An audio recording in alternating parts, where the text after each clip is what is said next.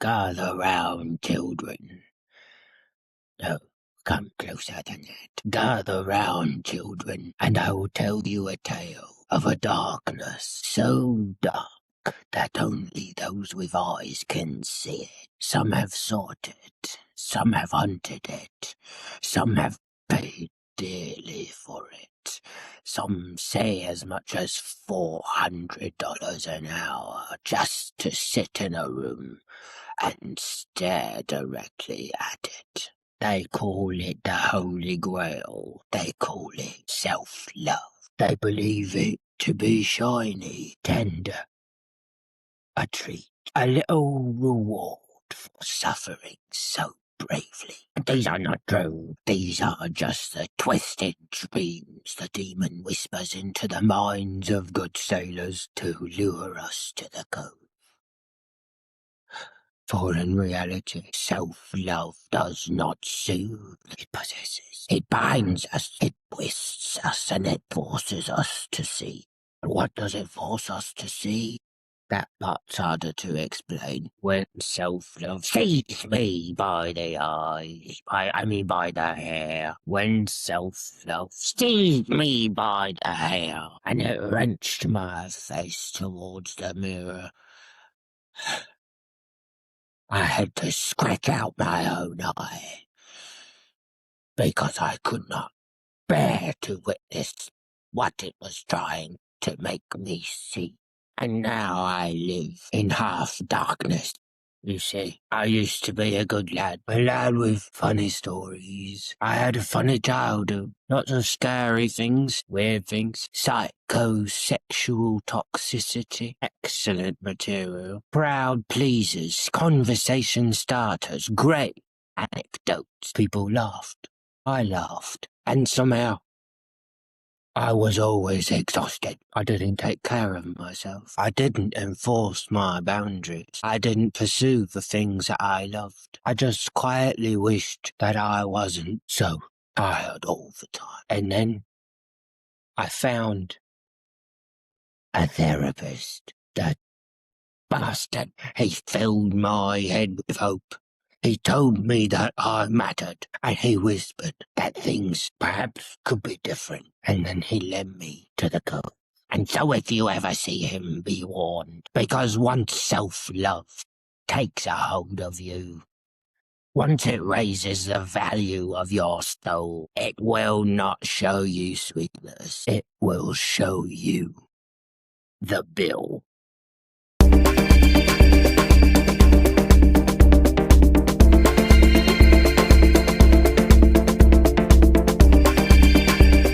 Okay, let's get fucking serious. This video is on self-love. Let's define our terms really quick, because people do get kind of tripped up about self-love. They think it means that they have to have some kind of admiration for themselves.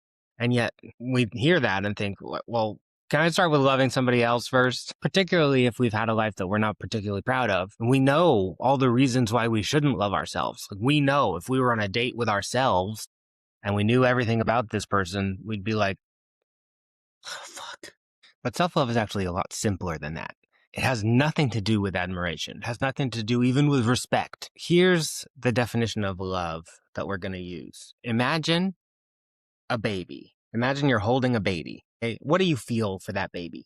I don't think you have to feel respect. You don't have to feel admiration. You don't have to think it's very good at its job and that it's never done anything wrong. And yet, just by its nature, you feel a felt desire for it to have good things happen to it and for it to avoid bad things. And you have a commitment to help it achieve that best state. That's all self-love needs to be. A desire for yourself to have good things, to avoid bad things, and to help yourself actually achieve that state. Now, it sounds simple. It sounds maybe obvious to a lot of people, but then just like look around at your life and see if you really have that attitude.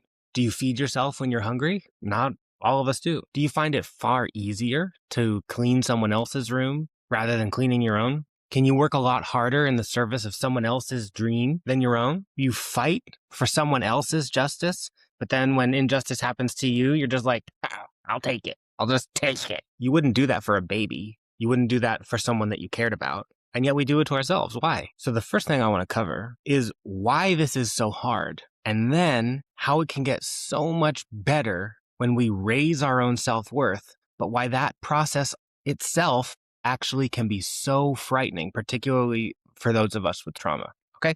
So, step one, how did we get here? How did it get so hard to feel like we're worth all of that effort? Where the fuck did self-love go? So, in the beginning, life is sometimes shit. You see, for there are times in life where life beats us, or it stabs us, or it burns us. I took my abuse voice as a Frenchman. No slight on the French. But life, it breaks our heart. Is it French? Maybe it's something else. But when this happens to us, as like a child, when life breaks our heart over and over as a child, it neglects us, it hits us, it burns us, it fights in front of us, it shoots us, it gets really bad. All of this can become trauma when it isn't met with adequate support. And when it happens, particularly if it happens over and over again, we have to adapt in order to survive. We adapt in a way that helps us survive the moment, but that adaptation becomes a very unproductive posture that we then take towards a lot more areas in life, things that don't deserve it. So one of the ways this can happen is we become very defensive, right? We have to fight for ourselves. And then after, outside of the trauma, we're angry and we're fighting everything.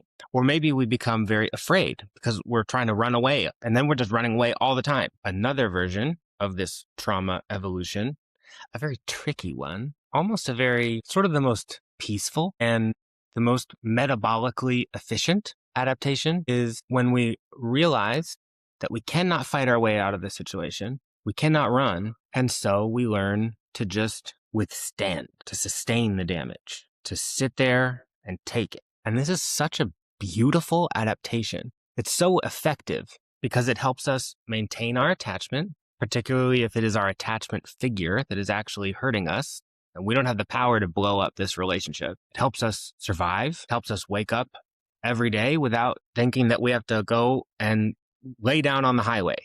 But how does this tolerance get achieved? Our nervous system essentially makes a deal with the devil. It makes the experience tolerable by saying, okay, this is not that bad because I am not that good. It lowers our own value. Basically, like, we are a person who should expect this. And this is the sort of classic example that you'll hear people talk about, like maybe a child when they're being abused will say things like, well, we'll have the idea that this is what I deserve. I deserve this. I don't deserve any better than this. And I think there are a lot of people when they hear that idea who, for them, it strikes them as false. They can't imagine that a person is actually thinking the thoughts, I deserve what is happening to me. Here's where you have to understand that we learn stuff on like different levels. Our mind can think one thing while our nervous system is operating on a totally different pattern. Like, for instance, if you grow up around somebody who hits you a lot, so you learn to have to flinch away from strikes. And then you grow up and you're in a situation with a lot of safe people, but then they move kind of quickly and then you start dodging strikes that aren't really there. And you can think to yourself, I'm safe. This is not the person who abused me. But your nervous system doesn't give a fuck what you think. It has learned to expect something that you may even know isn't coming, but it doesn't matter. It is in this way, on a deep down nervous system level, that a kind of pricing adjustment happens on oneself. It says, I am not that good, which makes bad things happen not that bad. Kind of like you're at a restaurant and you're like, ooh, this food is disgusting. But then you look at the price and you're like, but it's cheap. What was I going to expect? And so now bad things happen and we just think to ourselves, okay, I'll just mark myself down for the clearance aisle. And now at worst, your life just has these, memories.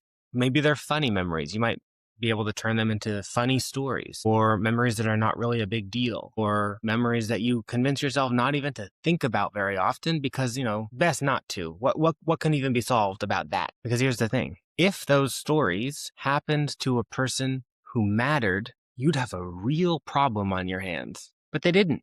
They happened to you. And you've been on sale for years. That's the adaptation that gets you through life, and then sneaky self-love comes in and performs a controlled demolition on that stabilizing adaptation. And it can be very, very scary. So maybe you are going through therapy or you're in a secure relationship.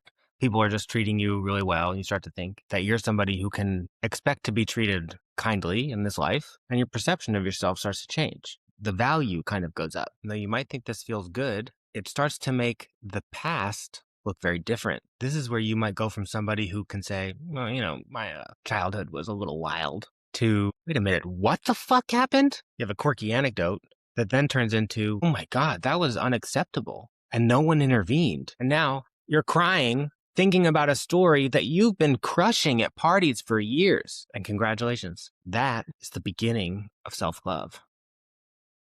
Doesn't feel good, but how it should feel is accurate. The events that happened always deserved a painful response. In this case, it's just a delayed response. But this surging up of fear and pain can make some people think, oh my God, I'm going backwards. Or like therapy broke me.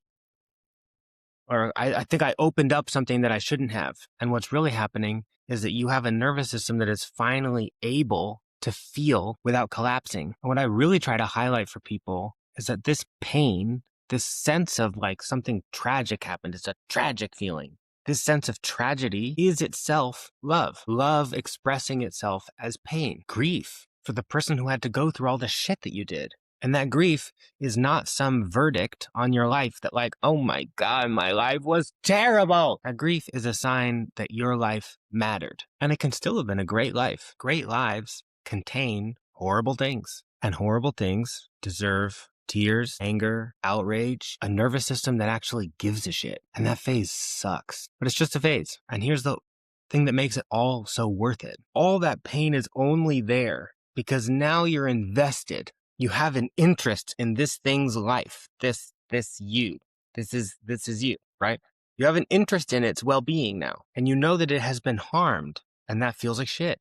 But once that feeling is allowed to come and go, something else arrives in its place. A question. A deeply inconvenient question. You look around, you see the state of your life, and you think, would I choose this life for someone that I love? This job, this relationship, this level of exhaustion? And when the answer is no, something radical happens. You don't just take it anymore. You don't do the same thing you always have. You don't rush to use that muscle you've been training for so long to just withstand stuff. Instead, you're like, I don't want to fucking fix this.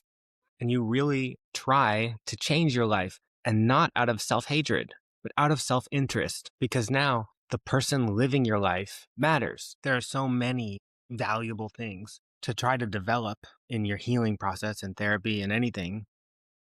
And the reason why self-love is such an amazing piece of that is that a high degree of commitment to one's own well-being can fix a zillion things that people wind up in therapy for. There are other things, but where you might think you're just chronically lazy, chronically disorganized, chronically paralyzed, now you might wake up and be like, you know what? I'm going to make my bed because I deserve to come home to a made bed. Or you might think, you know what? I'm going to tell my friends that they should stop telling that joke they've been telling about me for 10 years because that joke makes me sad. Or you might think, you know what? I'm going to leave my husband because I hate my husband. Some of the most beautiful clinical processes I've ever gotten to witness have come because of a sudden improvement in self-worth. Think about this. Think about an addict. Addicts spend so much time choosing infinite pain.